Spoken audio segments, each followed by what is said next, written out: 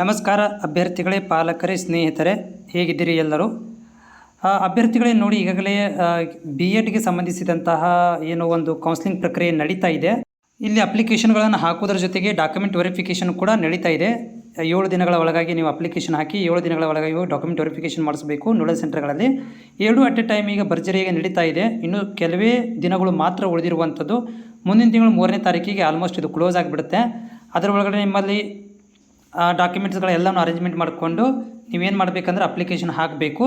ಮತ್ತು ಇದ್ರ ಜೊತೆಗೆ ನೀವು ಹಾಕಿರುವಂಥ ಕಾಮೆಂಟ್ಗಳನ್ನು ಕೂಡ ನಾನು ಓದ್ತಾ ಇದ್ದೀನಿ. ಈಗ 2 ದಿನದಿಂದ ನಾವು ಓದಿರಲಿಲ್ಲ, ಮತ್ತು ಇವಾಗ ಕಾಮೆಂಟ್ಗಳನ್ನು ಓದ್ತೀನಿ, ನೀವು ಹಾಕಿರುವಂಥ ಕಾಮೆಂಟು. ಮತ್ತು ಜೊತೆಗೆ ಅಭ್ಯರ್ಥಿಗಳು ಯಾರೆಲ್ಲ ನೀವು ಹೊಸಬರಿದ್ದೀರಿ ಚಾನಲ್ಗೆ, ನಮ್ಮ ಚಾನಲ್ ಸಬ್ಸ್ಕ್ರೈಬ್ ಮಾಡಿಕೊಳ್ಳ್ರಿ. ನಿಮ್ಮದು ಡೌಟ್ ಇದ್ದರೂ ಕೂಡ ಕಾಮೆಂಟ್ಸ್ ಮುಖಾಂತರ ಶೇರ್ ಮಾಡಿ. ಸೊ ನಿಮ್ಮ ಕಾಮೆಂಟ್ಗಳು ಇದ್ದಾವೆ ಇಲ್ಲಿ. ಸರ್, ಸ್ಟಡಿ ಸರ್ಟಿಫಿಕೇಟ್ ಬರೆಸ್ಕೊಳ್ಳೋಕ್ಕೆ ಪ್ರೈಮರಿ ಸ್ಕೂಲ್ ಕ್ಲೋಸ್ ಆಗಿದೆ, ಏನು ಮಾಡಬೇಕು? ಸೊ ಪ್ರೈಮರಿ ಸ್ಕೂಲ್ ಕ್ಲೋಸ್ ಅಂದರೆ ಏನು ಕಂಪ್ಲೀಟ್ ಕ್ಲೋಸ್ ಆಗಿದೆಯಾ ಅಥವಾ ಅದು ಟೆಂಪರರಿ ಇವಾಗ ರಜೆ ಸಂಬಂಧ ಕೊಟ್ಟಿದ್ದಾರೆ, ಅದನ್ನು ಕ್ಲಾರಿಫೈ ಮಾಡಿರಿ. In case of completely close ಆಗಿದ್ದರೆ ಅದಕ್ಕೆ ಸಂಬಂಧಿಸಿದಂಥ BU ಆಫೀಸ್ಗೆ ಹೋಗಿ ಬರ್ಸ್ಕೋಬೇಕಾಗತ್ತೆ. BU ತಾಲೂಕು ಅಥವಾ ಜಿಲ್ಲೆ ಎದರಲ್ಲಿ ಬರುತ್ತೆ ನೋಡಿ ನಿಮ್ಮ ಪ್ರೈಮರಿ ಸ್ಕೂಲ್, ಅಲ್ಲಿ ಹೋಗಿ ಬರ್ಸ್ಕೊಂಡ್ರೆ ಅವರು ನಿಮಗೆ ಏನು ಮಾಡ್ತಾರೆ ಅಂದರೆ ಸರ್ಟಿಫಿಕೇಟನ್ನು ಕೊಡ್ತಾರೆ. ಅಲ್ಲಿ ಹೋಗಿ ಭೇಟಿಯಾಗಿ. ಪೇಮೆಂಟ್ ಆಗ್ತಾ ಇಲ್ಲ, ಏನು ಮಾಡಬೇಕು? ಸರ್ವರ್ ಪ್ರಾಬ್ಲಮ್ ಇದೆ ಪೇಮೆಂಟೇ. ನೀವೇನು ಮಾಡಿ ಅಂದರೆ ಚಲನ್ ಪ್ರಿಂಟ್ ಕೊಡಿ. ಎದರಪ್ಪ ಅಂದರೆ ಬ್ರ್ಯಾಂಚ್ ಚಲನನ್ನು ಪ್ರಿಂಟ್ ತೊಗೊಂಡು ಬ್ರಾಂಚಿಗೆ ಹೋಗಿ ಪೇ ಮಾಡಿ ಆಗುತ್ತೆ. ಅಪ್ಲಿಕೇಶನ್ ಹಾಕುವಾಗ GM ಹಾಕಿದ್ದಾರೆ, ಅದರ ನನ್ನ ಹತ್ತಿರ ಕಾಸ್ಟ್ ಸರ್ಟಿಫಿಕೇಟ್ 2A ಇದೆ, ಚೇಂಜ್ ಮಾಡಿಸ್ಬೋದಾ? ರಿಪ್ಲೈ ಮಾಡಿ. ಚೇಂಜ್ ಮಾಡೋಕ್ಕೆ ಬರೋದಿಲ್ಲ, ಆದರೆ ನೀವು ಇನ್ನೊಂದು ಅಪ್ಲಿಕೇಶನ್ ಹಾಕ್ಬೋದು. ಇದನ್ನು ಬಿಟ್ಟು, ಈ ಒಂದು ಅಪ್ಲಿಕೇಶನ್ ಬಿಟ್ಟು ಇನ್ನೊಂದು ಅಪ್ಲಿಕೇಶನ್ ಹಾಕಿ ಮತ್ತೆ ಪೇಮೆಂಟ್ ಮಾಡ್ಕೊಬೇಕು. ಆ ಅಪ್ಲಿಕೇಶನ್ ಮೇಲೆ ಡಾಕ್ಯುಮೆಂಟ್ ವೆರಿಫಿಕೇಷನ್ ಹೋದರೆ ನಿಮಗೆ ಕನ್ಸಿಡರ್ ಆಗುತ್ತೆ. ಬಟ್ ಇವಾಗ ಚೇಂಜ್ ಮಾಡಲಿಕ್ಕೆ ಬರೋದಿಲ್ಲ.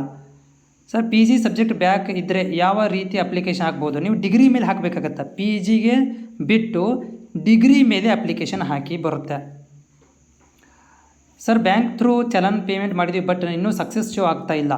ಸ್ಟೇಟಸ್ ಚೆಕ್ ಮಾಡ್ತಿದ್ರೆ transaction is successful but reconciliations is progress ಅಂತ ಬರ್ತಾ ಇದೆ, ಶೋ ಆಗ್ತದೆ. ಈಗ ಏನು ಮಾಡಬೇಕು ನೋಡಿರಿ, ನೀವು ಪೇಮೆಂಟ್ ಮಾಡಿ 3 to 4 ಡೇಸ್ ಬೇಕಾಗತ್ತೆ. ಈಗ ಯಾಕಂದರೆ ಇವಾಗ ಏನಾಗ್ತಾ ಇದೆ ಅಂತಂದರೆ, ಇದರ ಸಂಡೇ ಬಂದಿದ್ದರೆ, ಗೌರ್ಮೆಂಟ್ ಹಾಲಿಡೇ ಬಂದಿದ್ದರೆ ಪೇಮೆಂಟ್ ಮಾಡೋದಿಲ್ಲ. ಆಮೇಲೆ ಈಗ ಎಲ್ಲ ಆಲ್ ಓವರ್ ಕರ್ನಾಟಕದಿಂದ ಎಲ್ಲರೂ ಪೇಮೆಂಟ್ ಮಾಡ್ತಾ ಇರೋದರಿಂದ ಗೇಟ್ವೇ ಸ್ವಲ್ಪ ಸ್ಲೋ ಆಗುತ್ತೆ, ಕ್ಲಿಯರೆನ್ಸ್ ಮಾಡೋದು ಕಷ್ಟ ಆಗುತ್ತೆ. ಹೀಗಾಗಿ 3 ರಿಂದ 4 ದಿನ ತನಕ ಕಾಯಿ, ಸಮ್ಟೈಮ್ಸ್ 5 ದಿನವೂ ಆಗುತ್ತೆ. ಅದರ ಒಳಗಡೆ ಆಗಲಿಲ್ಲ ಅಂತಂದರೆ ನೀವು ಸಂಬಂಧಪಟ್ಟಂಥ ಇಲಾಖೆ ನಂಬರ್ಗೆ ಕಾಲ್ ಮಾಡಬೇಕಾಗತ್ತೆ. 3/11 ಅವರು ಅರ್ಜಿ ಹಾಕಿದರೆ 1 ವಾರದೊಳಗೆ ವೆರಿಫಿಕೇಷನ್ ಮಾಡ್ಕೋತಾರೆ. ನೋಡಿ ಏನು ಹೇಳಿದಾರೆ ಅಂದರೆ, ಅವರು 3/11/2025 ಕೊನೆ ದಿನಾಂಕ ಕೊಟ್ಟಿದ್ದಾರೆ. ಕೊನೆ ದಿನಾಂಕ ಎರಡು ಅಪ್ಲಿಕೇಶನ್ ಹಾಕಲಿಕ್ಕೆ ಪ್ಲಸ್ ಡಾಕ್ಯುಮೆಂಟ್ ವೆರಿಫಿಕೇಷನ್ ಮಾಡಲಿಕ್ಕೆ ಎರಡೂ ಕೂಡಿ 3 ತಾರೀಕಿನ ಒಳಗಡೆ ಕಂಪ್ಲೀಟ್ ಆಗಬೇಕು ಅಂತ ಹೇಳಿದ್ದಾರೆ. ಬಟ್ ಈಗ ನೀವೇನು ಅನ್ಕೊತೀರಂದರೆ, ನಾನು 3ನೇ ತಾರೀಕಿಗೆ ಹಾಕಿದರೆ ಏನಾಗುತ್ತೆ? ಹಾಕಿದರೆ ನಿಮ್ಗೆ ಕಷ್ಟ ಆಗ್ಬೋದು, ಕೈ ಎತ್ತಿ ಬಿಡ್ಬೋದು ಅವರು. ನೋಡಪ್ಪ, ನಾವು ಅಪ್ಲಿಕೇಶನ್ದಲ್ಲೇ ಸ್ಕೆಡ್ಯೂಲನ್ನು ಕೊಟ್ಟಿದ್ವಿ, ನೀವು ಬಂದಿಲ್ಲ, ಮನೆಗೆ ಹೋಗಿ ಅನ್ಬೋದು. ನೀವು ಕಾಯಕ್ಕೆ ಹೋಗ್ಬೇಡ್ರಿ, 3ನೇ ತಾರೀಕು ತನಕ ಕಾಯಬೇಡಿ. ಬೇಕಾದ್ರೆ ಹಬ್ಬ ಅಂದರೆ 1ನೇ ತಾರೀಕಿಗೆ ಅಪ್ಲಿಕೇಶನ್ ಹಾಕಿ, 2ನೇ ತಾರೀಕಿಗೆ ಡಾಕ್ಯುಮೆಂಟ್ ವೆರಿಫಿಕೇಷನ್ ಹೋಗಿ. ಅಥವಾ ನೀವು 2ನೇ ತಾರೀಕಿಗೆ ಅಪ್ಲಿಕೇಶನ್ ಹಾಕಿ 3ನೇ ತಾರೀಕಿಗೆ ಡಾಕ್ಯುಮೆಂಟ್ ವೆರಿಫಿಕೇಷನ್ ಹೋಗಿ. 3ನೇ ತಾರೀಕಿಗೆ ಅಪ್ಲಿಕೇಶನ್ ಹಾಕಿ 4ನೇ ತಾರೀಕಿಗೆ ಹೋದರೆ ಮೇ ನಾಟ್ ಬಿ ಗ್ಯಾರಂಟಿ. ಯಾಕಂದರೆ ಈ ವರ್ಷ ಹೊಸದಾಗಿ ಮಾಡಿದ್ದಾರೆ, ಇಲ್ಲಪ್ಪ ಮುಗಿದಿದೆ ಅಂತ ಹೇಳ್ಬೋದು.